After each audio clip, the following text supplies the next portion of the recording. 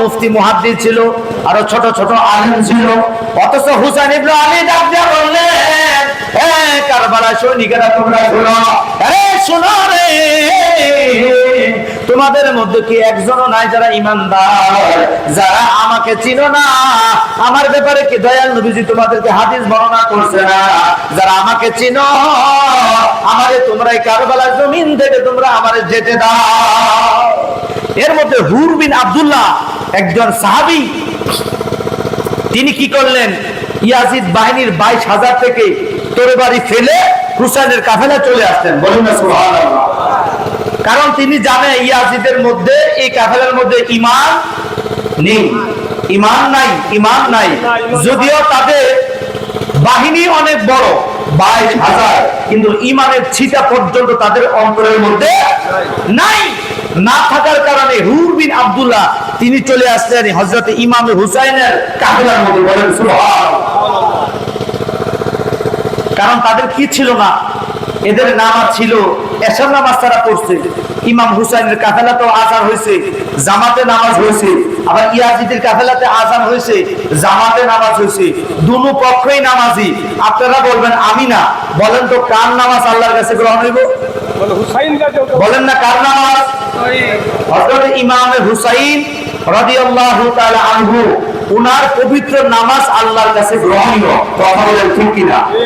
ইয়াজিদের যদিও বড় বাহিনী, কিন্তু এই নামাজ আল্লাহর কাছে গ্রহণ হবে না। কেন হবে না? যেহেতু নবীর প্রেম এদের ভেতরে নাই। নবীর প্রেম, নবীর আওলাদের প্রেম যদি থাকতো, তাহলে কি ইমাম হুসাইন গলার মধ্যে, ইমাম হুসাইনের গলার মধ্যে তারা ছুরি চালাইতো?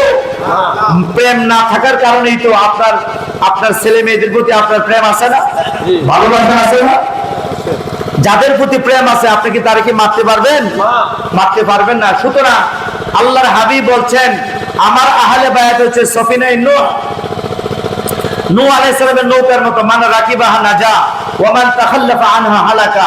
নূহ আলাইহিস সালামের নৌকার মতো আমার আহলে বায়াত, যে ব্যক্তি আহলে বায়াতের নৌকায় উঠবে সে নাজাত পাবে, আর যে ব্যক্তি আহলে বায়াতের নৌকায় উঠবে না সে ধ্বংসপ্রাপ্ত হবে। বলেন না নাউযুবিল্লাহ। তাহলে আল্লাহর হাবিব তিনি বলে গিয়েছেন, নূহ আলাইহিস সালামের প্লাবনের কথা কে না জানে? যখন প্লাবন শুরু হয়, ওই প্লাবনে সবাই ডুববা মরছিল, কিন্তু তারা বেঁচে ছিল যারা হযরত নূহ আলাইহিস সালামের কিস্তির মধ্যে আরোহণ করেছিল। আল্লাহর হাবিব সাল্লাল্লাহু আলাইহি ওয়াসাল্লাম তিনি বলছেন যে আখিরি জামানার মধ্যে আমার উম্মতের ঈমানের উপর তুফান শুরু হইব, ওই তুফানে অনেক মানুষের ঈমান লুটে নিবে, তবে নবীজি নাজাতের ব্যবস্থাও করে দিয়ে গেছেন। দয়াল নবীজি বলছেন নাজাতের ব্যবস্থা হচ্ছে, অর্থাৎ আমার আহলে বায়াতের নৌকার মধ্যে যারা উঠবে তারা নাজাত পাবে। বলেন সুবহানাল্লাহ। সুতরাং আমাদের ভেতরে আহলে বায়াতের মহব্বত থাকা দরকার আছে নি? আহলে বায়াত কারা? মা ফাতেমা, হযরত আলী, ইমাম হাসান, ইমাম হুসাইন রাদিয়াল্লাহু তাআলা আনহুম, এরা হচ্ছে নবীজির আহলে বায়াত। এদের জন্য নবীজি দোয়া করছেন, আল্লাহও দোয়া গ্রহণ করছেন। বলেন না সুবহানাল্লাহ। কারণ আছে। তারপরে দেখেন, যখন হযরত হুসাইন সারা রাত মুহররমের আজকের এই 9 তারিখ,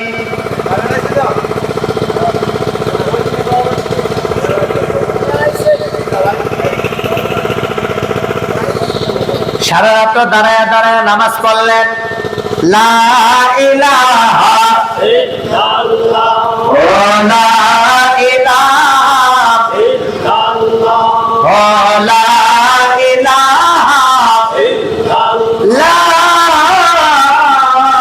ইলাহা ইল্লাল্লাহ মুহাম্মাদুর রাসূলুল্লাহ সাল্লাল্লাহু আলাইহি ওয়া আলিহি ওয়াসাল্লাম। মুহররমের 9 তারিখ সারা রাত ইমাম হুসাইন আল্লাহ পাকের নামাজে তিনি কাটাই দিলেন। মুহররমের 10 তারিখ আকাশের রৌদ্র, সূর্য খুব প্রখর ভাবে উঠল। বন্ধুরে, মুহররমের 7 তারিখ থেকে মুহররমের 3 তারিখ পর্যন্ত, এই মুহররমের 7 তারিখ থেকে মুহররমের 10 তারিখ পর্যন্ত, এই 3 দিন ইমাম হুসাইনের কাফেলার মধ্যে একটু পানিও নাই, একটু খাবারও নাই। 3 দিন পর্যন্ত তারা উপবাস। 3 দিন পর্যন্ত কোনো খাবার নাই, পানিও নাই। পানি আছে, ফুরাত নদীতে পানির অভাব নাই, কিন্তু নবীর আওলাদের জন্য পানি নাই। বলেন না আলহামদুলিল্লাহ। আপনাদের নদীতে পানি আছে, আপনারা যদি কোন মৌলবী সাহেব পানি খাওয়ানো যেত না, পানি কিন্তু ভরা, কিন্তু আপনার লেখা নিচে বাবারে এরকম 3 দিন যদি আমার উপাস রাখেন, আমার অবস্থাটা কেমন হবে? খারাপ হবে না? কথা বলেন, খারাপ হবে কি হবে না? তো ফুরাত নদীতে পানি ছিল, কিন্তু নবীর আওলাদের জন্য পানির ব্যবস্থা নাই। যখন সকালবেলা আবার ইমাম হুসাইন শেষ চেষ্টা করলেন, কি চেষ্টা? 22,000 সৈনিকের সামনে দাঁড়িয়ে আবার তিনি বললেন যে হাল তাআলাম মান আনা, তোমরা কি জানো আমি কে? আমি হচ্ছি হুসাইন ইবনে আলী ইবনে আবি তালিব। আমি হচ্ছে, আমার বাবা হচ্ছেন হযরতে আলী মাতুজা, যিনি হচ্ছেন আবু তালেবের সন্তান, দয়াল নবী রাহমাতুল লিল আলামিনের নাতি হচ্ছে আমি হুসাইন। সুতরাং তোমরা আমার সাথে কিসের বিরোধিতা করো? আমার সাথে বিরোধিতা করো না। কিয়ামতের ময়দানে তোমরা নেকি হারা অবস্থায় কিয়ামতের ময়দানে আল্লাহ তোমাদেরকে উঠাইবে যদি আমার সাথে তোমরা নাফরমানি করো। জোরে বলেন নাউজুবিল্লাহ। তারপরও কম বক্তরা একটা কথাও তারা শোনে নাই। না শোনার কারণে অবশেষে ইবনে সাদ আক্রমণ শুরু করলো। ইবনে সাদ যখন আক্রমণ করবেন, হযরত হুসেন বুঝতে পারলেন তারা আমার বশ্যতা স্বীকার করবে না, তারা আমাকে আক্রমণ করবে। তখন তাবুর পিছনে তিনি একটা পরিখা খনন করলেন, একটা গর্ত তিনি খনন করলেন। ওই গর্তের মধ্যে লাকড়ি টাকড়ি দিয়ে কাপড় চাপড় দিয়ে আগুন ধরাইলেন। কেন? পিছন থেকে যেন কোন শত্রু বাহিনী আক্রমণ করতে না পারে। অবশেষে দুই বাহিনীর মধ্যে প্রায় যুদ্ধ আরম্ভ হয়ে যাচ্ছে। সর্বপ্রথম ইমাম কাসেম রাদিয়াল্লাহু তাআলা আনহু তিনি এসে বললেন, ভাইজান আমাকে আপনি অনুমতি দেন। কেন? আমি যুদ্ধের মাঠে যাব, আপনাকে আমার সামনে এই ইয়াজিদের বাহিনীর হাতে আপনাকে আমি শহীদ হইতে যাব না। হুসাইন ডাক দিয়ে বলেন, বাবা আমি তোমারে কেমনে যুদ্ধের মাঠে পাঠাই? কারণ তোমার বাবার সাথে আমার ওয়াদা হয়েছে, তোমার সাথে আমার মেয়ে সকিনা হযরতে সাকিনা রাদিয়াল্লাহু তাআলা আনহু তার আমি বিবাহ বন্ধনে আমি আবদ্ধ করব। আমি যে তোমার বাবাকে কথা দিয়েছি। এখন তুমি যদি যুদ্ধের মাঠে যাও আর যদি ইয়াজিদের তীরের আঘাতে তুমি যদি জর্জরিত হও, তুমি যদি শাহাদাত বরণ করো, তাহলে আমি আমার ভাইয়ের কাছে আমি কি জবাব দেব? তখন এই ভাবনায় তিনি বলেন, না বাবা তোমার যাওয়ার দরকার নাই। হযরতে হাসান ডাক দেয়া, হাসানের সন্তান হযরতে কাসেম ডাক দেয়া বললেন, বাবা ইয়া আম্মি অনুমতি দেন, আমার সামনে আপনাকে আমি ইয়াজিদের তীরের সামনে আমি যেতে দেব না। আপনি আমাকে পোশাক পরায় দেন, আপনার পাগড়ি আমারে পরায় দেন। তাবুর ভিতর থেকে ইমাম হুসাইনের বেটি হযরত বিবি সাকিনা রাদিয়াল্লাহু তাআলা আনহা ডাক দিয়ে বললেন, গাছের পাতা ঝরে পড়ে সকিনার কাম্বরে, প্রিয় কাসেম গিয়াছিলেন কারবালার ময়দানে। ঠিক কিনা? আল্লাহু আকবার। সেদিন হযরত বিবি সাকিনা অনেক কান্নাকাটি করেছিলেন, কিন্তু কোনো উপায় নাই। হযরত ইমাম কাসেম শাহাদাত বরণ করলেন, তারপরে হযরত ইমাম আলী আকবর শাহাদাত বরণ করলেন, হযরত আব্বাস শাহাদাত বরণ করলেন, হযরত আব্বাস আলমদার তিনি শাহাদাত বরণ করেন। তারপরে হযরত ইমাম হুসাইনের বোন হযরত জৈনবের 2 সন্তান হযরত আউন এবং মুহাম্মদ রাদিয়াল্লাহু তাআলা আনহু, এই 2টা বাচ্চা, একটা 8 বছর আর একটা 10 বছর, হাতের মধ্যে ধইরা হযরত বিবি জাইনাব ইমাম হুসাইনের কাছে আসলেন। এসে বলতেছেন, ভাইজান আমি আপনাকে আর কি দিব, আমার পক্ষ থেকে এই 2টা নাজরানা আপনি গ্রহণ করেন। ইমাম হুসাইন আশ্চর্য হয়ে বললেন, এটা আবার কি বলো? তোমার এই দুধের বাচ্চা আমি আবার কিভাবে শত্রুর মুখে পাঠাবো? হযরতে জাইনাব বললেন, ভাইজান আপনি বুঝি আমার হাদিয়া গ্রহণ করবেন না? সবার হাদিয়া আপনি নিলেন, আমি আপনার বোন হাসরের মাঠে আমার আম্মা জান মা ফাতেমা যদি জিগায়, জৈনব তুমি তোমার ভাইকে নজরানা কি দিয়েছিলা? তার বলার জরুরি বলেন না সুবহানাল্লাহ। ভাইজান আমার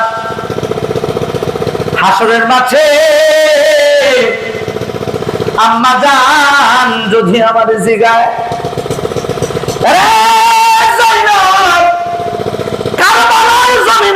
তুমি তোমার ভাইকে কি নাজরানা দিয়েছো?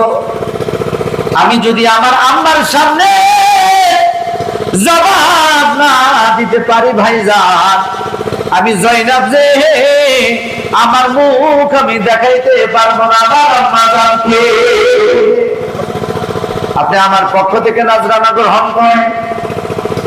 হুসাইন তার দুই ভাগিনা তরবারি ভালো করে এইভাবে উঠাইতে পারে না, তরবারি কোন রকম উঠাইয়া যুদ্ধের ময়দানে হায়দারি আক্রমণ শুরু করল।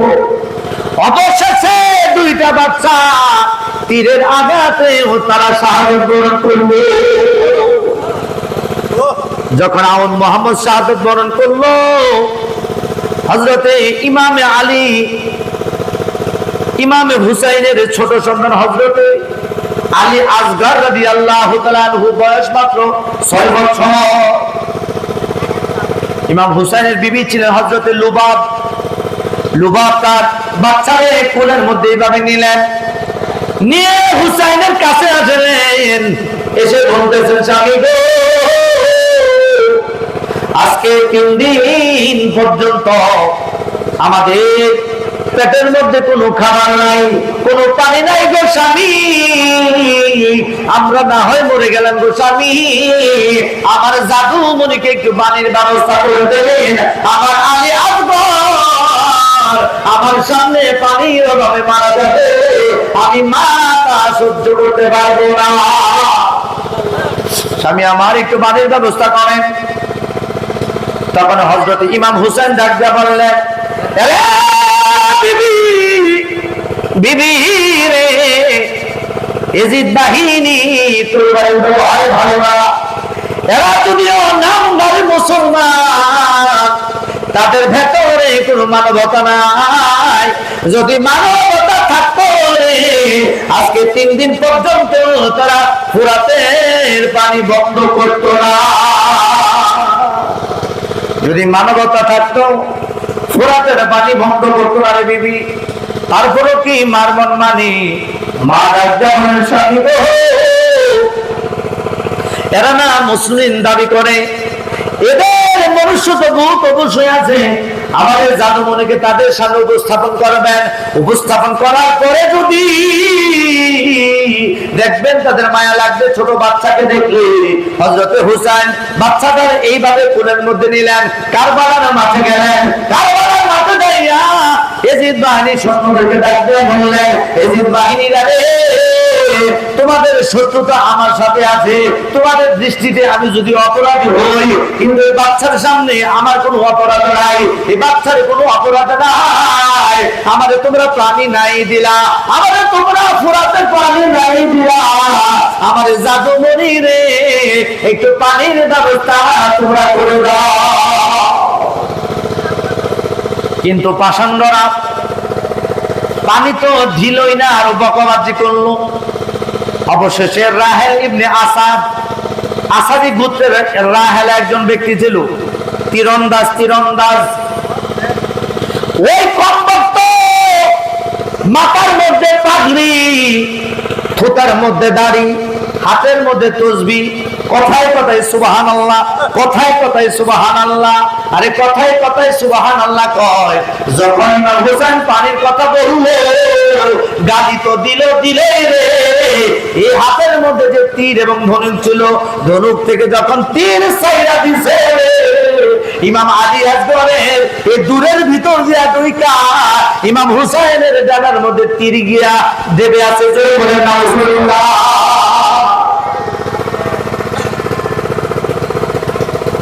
আহা আহা, কি করলো ইয়াজিদ বাহিনী? এই সমস্ত ঘটনা শুনলে বাবা আপনাদের খারাপ লাগে না? আপনাদের খারাপ লাগার কথা না? যারা এই কাহিনীগুলি করছে তারা কি ইহুদি ছিল, বৌদ্ধ ছিল, হিন্দু ছিল? তারা মুসলিম নামধারী মুনাফিক ছিল। কথা বলেন ঠিক? মুসলিম নামধারী মুনাফিক, এদের অন্তরে ঈমান নাই। এই ধরনের লোক এখনো তো আছে, আছে না নাই? কথা বলেন আছে না নাই? আপনারা কি কাল কিয়ামতের মাঠে হুসাইনের সাথে থাকবে নাকি এজিদের সাথে? জোরে করে বলেন। যারা হুসাইনের সাথে থাকবে